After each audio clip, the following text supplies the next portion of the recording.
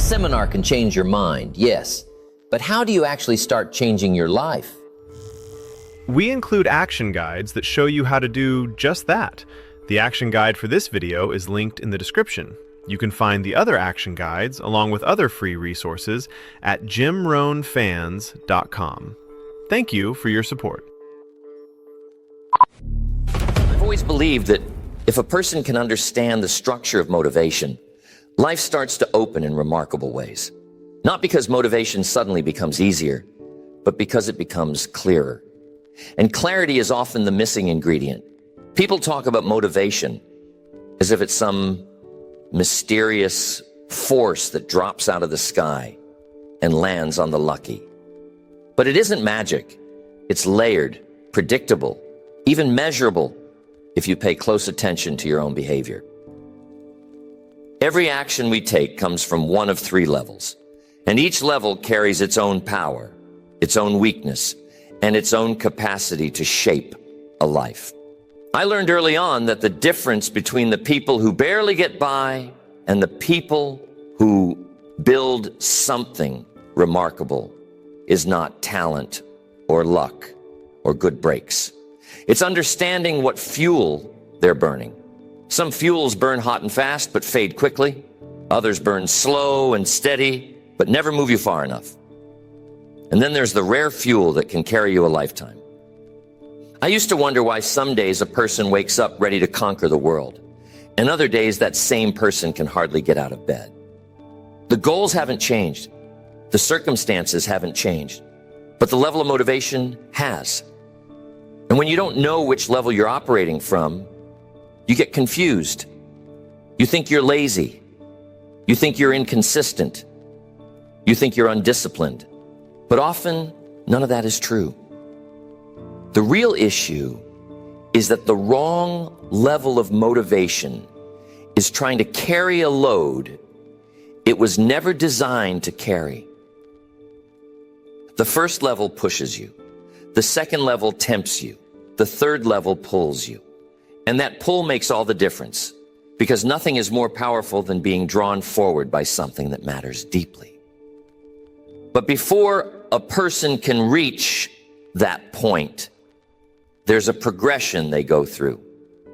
You don't start at the top. You grow into it. You recognize the level you're on and decide whether it's enough to take you where you want to go. Motivation begins with reaction, then moves to attraction, and finally matures into intention. And if you stay long enough at each stage, something interesting happens. You start to see your own life as a set of cause and effect relationships. You realize you're not a victim of low energy or poor habits. You're simply under the influence of a weaker level of motivation.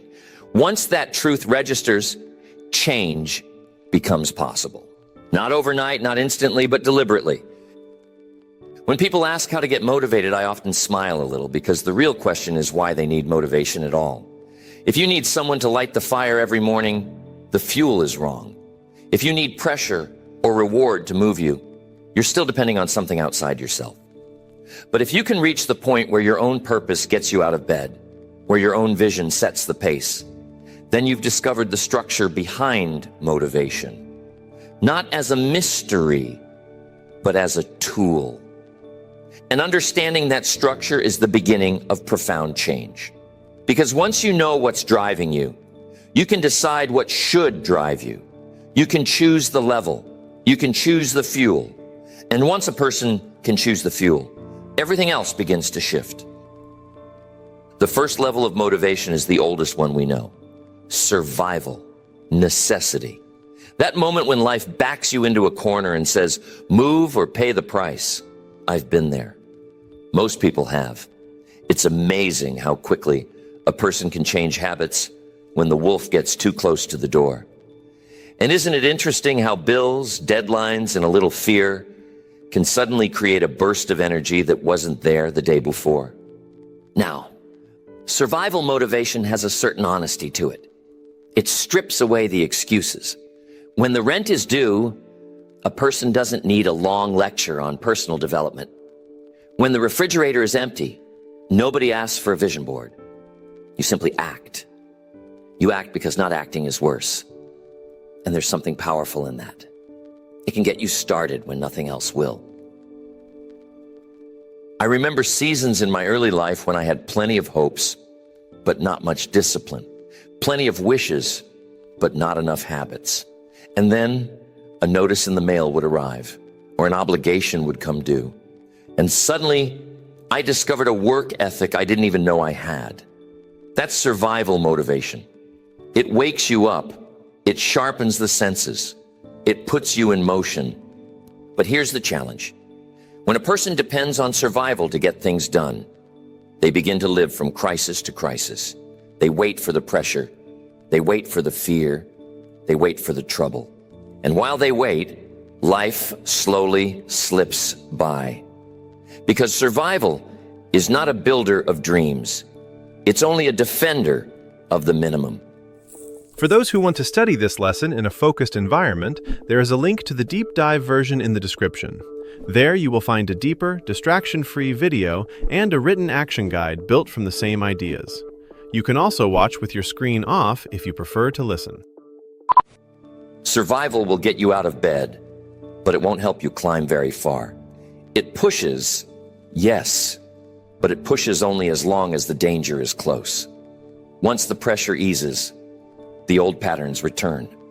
A person works hard for a week or two, then slows down, then turns back to the same routines that created the problem in the first place. And then here comes the next crisis, the next fire to put out, the next emergency to survive. Some people call that being unlucky. But often it's just the cycle of survival motivation doing exactly what it does. It drives you in short bursts, then disappears. It's a starter, not a sustainer. I used to watch people who lived this way, and I could see the frustration on their faces. They weren't lazy. They weren't incapable. They simply hadn't discovered a stronger fuel. They were letting fear set the schedule instead of vision. And fear will get you moving, but it won't take you far. It has no long-term promise in it. It keeps you alive, but it won't make you thrive. Survival motivation is like the first spark on a cold morning. It can ignite the fire, but you'd be in trouble if that tiny spark had to warm the whole house. It's not designed for that. And if you rely on it too long, you start confusing progress with panic. You start calling emergencies your motivation, and that's a dangerous way to live. So the first level is necessary, yes. It's honest, yes. It may even save your life a time or two, but you don't want to stay there. You don't want to build a life where fear becomes the foreman. Survival can start the engine, but if you want to go anywhere worthwhile, you'll need more than necessity pushing you from behind. Survival is a powerful wake-up call, but it was never meant to be a way of life. A person can run from danger for only so long before exhaustion sets in. And that's the first great limit of survival motivation. It takes more from you than it gives. It drains. It pushes. It keeps you on edge. And sooner or later, the pressure fades, and the old habits slip back in like they never left. I remember watching people who lived on nothing but pressure. They produced miracles when things were falling apart. But when things were calm, they drifted. Not because they lacked skill or desire, but because fear was the only thing setting the pace. And fear is a terrible master. It can shout, but it can't lead. It can push you to move, but it can't guide you toward anything meaningful. Once the danger is gone, so is the drive. And then you're left with a quiet house and a quiet mind. And the familiar disappointment of knowing you only do your best work when trouble shows up. That's no way to build a future. That's no way to build confidence either. Because every time you rise only under pressure, you prove to yourself that pressure is necessary. You start believing you need the emergency. You need the crisis. You need the fear. One of the saddest things is to watch someone confuse relief with progress. They solve a problem, just enough to stop the pain, and call that improvement. But progress isn't the absence of pressure. Progress is the presence of purpose. And until a person makes that shift, they keep bouncing between chaos and calm, never building enough momentum to change their life in any lasting way. Survival keeps you alive, but it doesn't make you fulfilled. It doesn't create pride. It doesn't create joy. It doesn't create freedom. It simply keeps you from sinking. And if all you ever do is avoid sinking, you never learn the pleasure of sailing. You never discover what your life could become when you start building instead of just reacting. I've told many audiences over the years that pressure is a poor substitute for vision. Vision gives direction. Pressure only gives urgency. Vision builds a future. Pressure just buys you time. Vision inspires discipline. Pressure demands it. And the moment the demand lifts, so does the discipline. So a person has to graduate. They have to rise above the fear-driven life. They have to say, I appreciate the lessons survival taught me, but I won't let it choose my destiny. Because staying in survival mode is like running on a treadmill. You can sweat, strain, push, and work like your life depends on it, and still not arrive anywhere new. And that's the great limit. Survival responds to the worst in life. It never brings out your best. To reach your best, you need a different source of energy. Something that doesn't collapse when the pressure goes down. Something that lasts. Something that invites you forward instead of chasing you from behind. That's when the next level begins to make sense. When you realize survival got you started, but it can't take you where you want to go. Motivation isn't the problem. Misplaced motivation is. Videos can fire you up, but without a plan, that energy fades. JimRohnFans.com provides action guides that show you exactly how to apply these philosophies in your own life. The longer you delay, the longer your life stays the same. After a person has tasted the limits of survival, the mind begins to reach for something better, something a little more pleasant than fear and a little more sustainable than panic. And that's when the second level of motivation begins to show itself.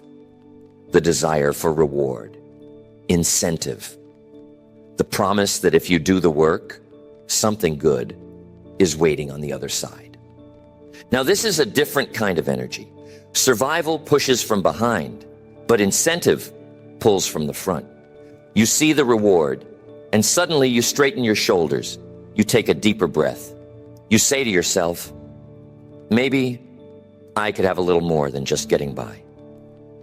And the moment that thought takes root, a new world opens up. I remember the first time I caught a glimpse of a better lifestyle.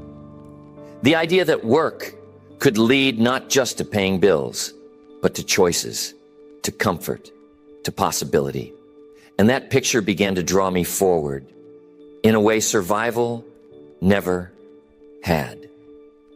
Fear made me run, but desire made me walk steadily, intentionally, with purpose. Incentive motivation introduces you to the idea that life can expand, that effort can be exchanged for something tangible, money, recognition, opportunity, even simple comforts. And it's remarkable how much a person can change when they finally believe something good is within reach. You work longer, you think bigger, you plan differently. You begin to imagine the future instead of hiding from it. But remember, incentives are external. They live outside your skin.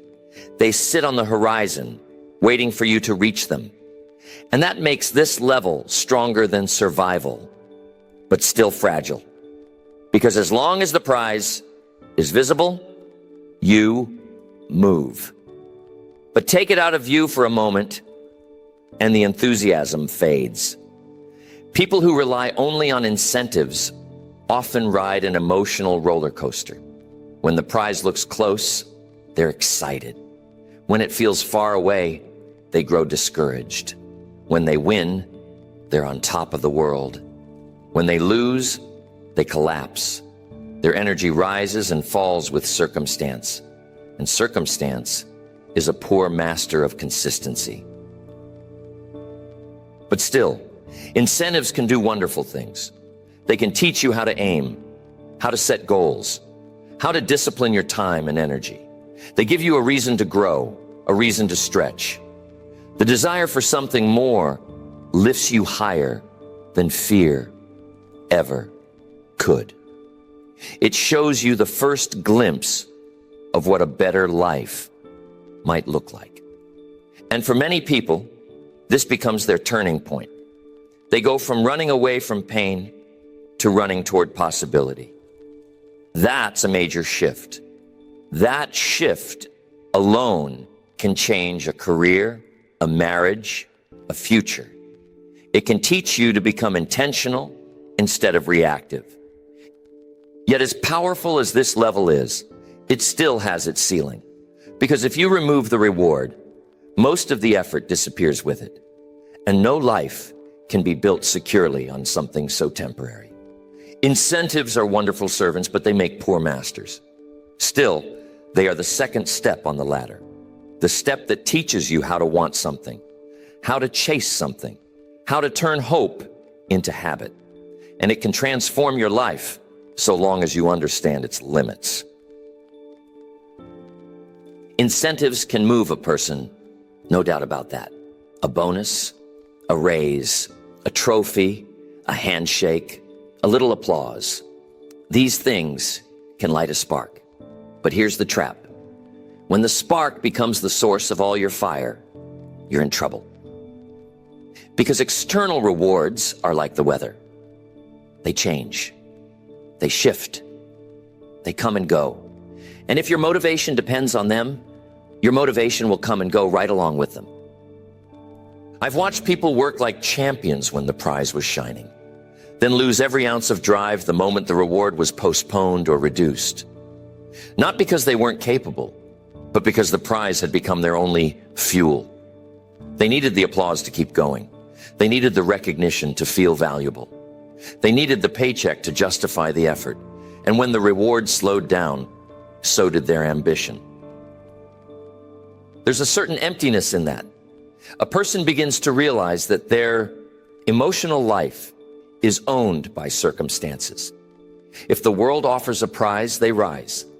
If the world is silent, they sink.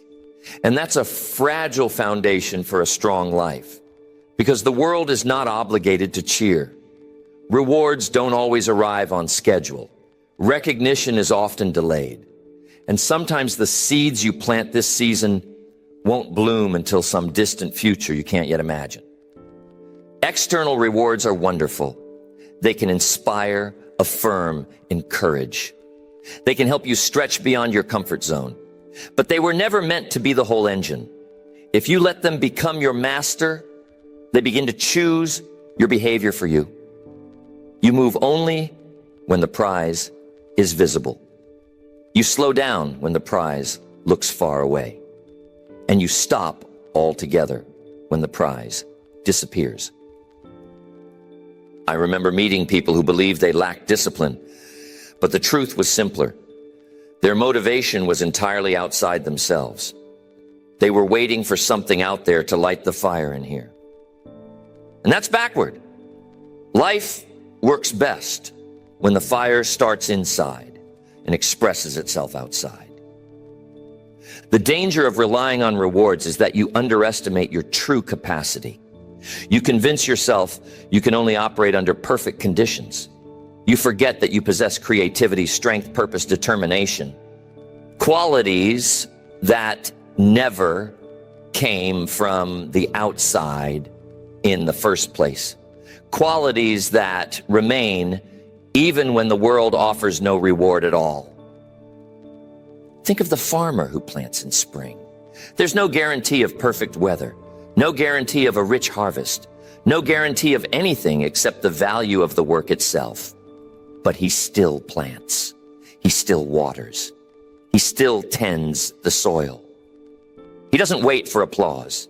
He knows that effort must come before reward. And sometimes effort must come even when reward hides behind the horizon. That's the mindset that frees a person from the trap. When you reach the point where you no longer need a prize to perform, you become dangerous in the best possible way. You become consistent, steady, reliable. You begin to act not because someone is watching or paying or praising, but because you've decided the action itself is part of the person you intend to become. For those who want to study this lesson in a focused environment, there is a link to the deep dive version in the description. There you will find a deeper, distraction-free video and a written action guide built from the same ideas. You can also watch with your screen off if you prefer to listen. And that's when a new kind of motivation begins to emerge. One that doesn't fade when circumstances change. Because it doesn't come from circumstances at all. There comes a moment in a person's life when rewards lose a little of their shine. Not because they aren't pleasant. They are. Not because they don't matter. They do. But because something inside begins to hunger for more than comfort, more than applause, more than the next incentive. That's when the highest level of motivation starts to whisper. Purpose, meaning. The quiet voice that says, you were built for something beyond survival and beyond reward. Purpose motivation is different from anything that comes before it. Survival pushes from behind. Incentive pulls from the front. But purpose rises from within. It doesn't chase you, and it doesn't tempt you. It calls you. And when a calling takes hold of a person, the whole atmosphere of their life begins to change. I remember learning that the greatest work a person ever does isn't driven by fear or by prizes, but by meaning. By the conviction that their efforts matter, that their contribution matters, that their life is tied to something bigger than this month's bills or this year's achievements. Once that idea settles into the heart, discipline becomes easier. Consistency becomes natural. You no longer have to be pushed or paid. You're pulled by a vision of the person you could become and the difference you could make. Purpose is powerful because it doesn't depend on the weather. It doesn't rise and fall with circumstance. If the day is long, purpose stays steady. If rewards are delayed, purpose stays strong. If life gets complicated, and it will, purpose steadies the hand and keeps the mind clear. It reminds you why you started. It keeps you from turning back when the road grows steep. The remarkable thing about purpose is that it turns ordinary tasks into meaningful rituals. You're no longer just working, you're building. You're no longer just earning, you're contributing. You're no longer just trying to get through the day, you're shaping the future. And when work takes on meaning, fatigue no longer feels the same. Difficulty no longer feels the same. Even sacrifice begins to take on a sweetness of its own. I've seen people with modest talent accomplish extraordinary things because they discovered a purpose that mattered to them. And I've seen gifted people waste their potential because they never found a reason strong enough to unify their talents. Purpose is the great equalizer. It gives strength to the weary, direction to the wandering, and discipline to the distracted. But here's what makes purpose the highest level of motivation. It transforms the worker before it transforms the work. A person becomes wiser, stronger, steadier. Not because life becomes easier, but because the heart becomes anchored. And once the heart is anchored, storms can shake the mind, but never move the soul. Purpose doesn't shout. It doesn't beg. It doesn't bribe. It simply invites. And the moment you accept the invitation, you step into a different world, a world where your effort is no longer dictated by fear or by reward, but by the meaning you've chosen to live by. That's the level where motivation becomes almost unnecessary. Because at that level, you're not acting from pressure or from prizes. You're acting from identity. Purpose can lift a person to great heights, but even purpose needs a partner. And that partner is discipline. Not the rigid kind that feels like punishment, but the steady kind that turns intention into habit and habit into results. Purpose without discipline is like a beautiful sail without wind. It looks inspiring, but it won't take you anywhere. I've met people through the years who carried a powerful sense of purpose. They spoke of dreams worth pursuing, causes worth serving, futures worth building. Their eyes lit up when they talked about it. Their voices carried conviction. But when you looked at their daily routine, the story didn't match the vision. The sun rose and set on good intentions, yet little changed, and they couldn't understand why the purpose that stirred their heart never reshaped their life. That's the missing link, routine, what you do when no one is watching. The quiet disciplines that seem too small to matter, yet determine everything. Purpose gives meaning to discipline, but discipline gives movement to purpose. Without that combination, a person lives in the realm of dreams, without ever touching the realm of change. When I started applying discipline to my own purpose, life began to shift in ways I hadn't imagined. Not overnight. Discipline rarely works with fireworks, but steadily, almost quietly. A new habit here, a better decision there, a small improvement repeated day after day. It's amazing how those little choices accumulate. It's amazing how they begin to rebuild your confidence. You start to trust yourself again. You start to believe that who you are becoming is stronger than who you've been. Purpose says this is where you're going. Discipline says, here's what you must do today. And today is where your future is built.